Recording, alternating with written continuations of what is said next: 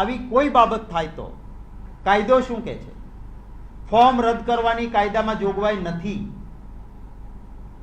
જોગવાઈ શું થાય કે હું એમ કહું કે આમાં શૈલેષભાઈની સહી છે અને શૈલેષભાઈ કે મારી નથી, તો આના માટે ફોર્જરીનો અલગ ક્રિમિનલ કેસ કરી શકાય, પણ ફોર્મ રદ કરી શકાય નહીં.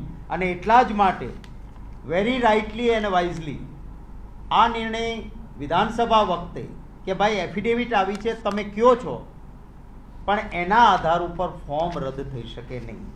અમે જો કચાશ થોડી પણ રાખી હોત તો 18 જગ્યાએ વાંધા લીધા. 18 જગ્યાએ, 18માંથી એક પણ જગ્યાએ ભારતીય જનતા પાર્ટીનો વાંધો અમારા ફોર્મમાં એફિડેવિટમાં ક્યાંય ટક્યો નહીં. આપે અભિનંદન આપવા જોઈએ મારી લીગલ ટીમને, આપે અભિનંદન આપવા જોઈએ કોંગ્રેસમાં કામ કરતા કાર્યકર્તાઓને ને વોર રૂમને કે કેટલી ચીવટ અમે રાખી. 24 ફોર્મ હતા એમાં અમારા, 18 જગ્યાએ વાંધા, એક જગ્યાએ ભાજપ સફળ ન થયું. અહીં શું થયું? અહીંયા પણ સફળતા કેવી રીતે? ગેરકાયદેસર રીતે સફળતા છે. અમે વાંધો લીધો નહોતો. અમે ફ્રી એન્ડ ફેર ઇલેક્શનમાં માનીએ છીએ. હું આટલી બધી ચૂંટણીઓ લડ્યો છું, મેં કદી મારા સામેવાળાના ફોર્મમાં વાંધો હોય તો પણ મેં ક્યારેય વાંધો નથી લીધો. મેં હંમેશા કહ્યું છે કે લડી લેવા દો, જનતા જનાર્દન છે, નક્કી કરશે. ગઈકાલે પુરુષોત્તમભાઈના કેસમાં મને કોઈએ કહ્યું કે કલેક્ટરની સ્પષ્ટ સૂચના હોવા છતાં, લેખિત હોવા છતાં સ્ટેમ્પ ઓછો હતો. આ પક્ષ કોઈ ઉમેદવારે વાંધો લીધો હતો, અમે વાંધો લીધો નથી, અમે એના માટે લડવાના નથી. જનતાની અદાલત છે, પુરુષોત્તમભાઈ ભાઈ લડે.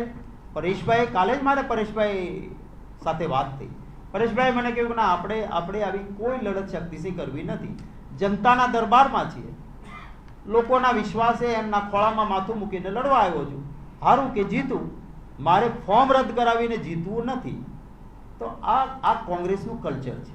આ જ સમયે ભારતીય જનતા પાર્ટી આજ આવો જ નિર્ણય થયો હોય અને આજે એનાથી વિરુદ્ધ થાય, વાંધો લેનાર કોણ છે? રજૂ કરનાર પોલીસ કઈ છે? તમે મને કહો કે તમે એમ કહો કે મારી સહી ખોટી છે અને તમે ક્યાંય જાઓ, તમારી સાથે 10 પોલીસ આવશે? તમે કહો કે અહીંયા ખોટું થયું છે, પછી તમારો ફોન બંધ કરી દો કે તમે લોકોને અવેલેબલ હો. એટલે આ બધી જ બાબત સ્પષ્ટ છે કે લોકશાહીનું ગળું ડૂબવાનું, સરેઆમ લોકશાહીની હત્યા કરવાની. પણ આવું કરવાથી, જો ખોટું કરવાથી શાસન સલામત રહેતું હોત તો કંસનું રહ્યું હોત, અંગ્રેજોનું રહ્યું હોત. ક્યારેય રહેતું નથી. એટલે આ હથગંડાઓ, લોકશાહીમાં તો જનતા મહાન છે અને આનાથી જનતા જનાર્દનના આશીર્વાદ અને સહકાર અમને વધારે મળવાનો છે એનો મને વિશ્વાસ છે.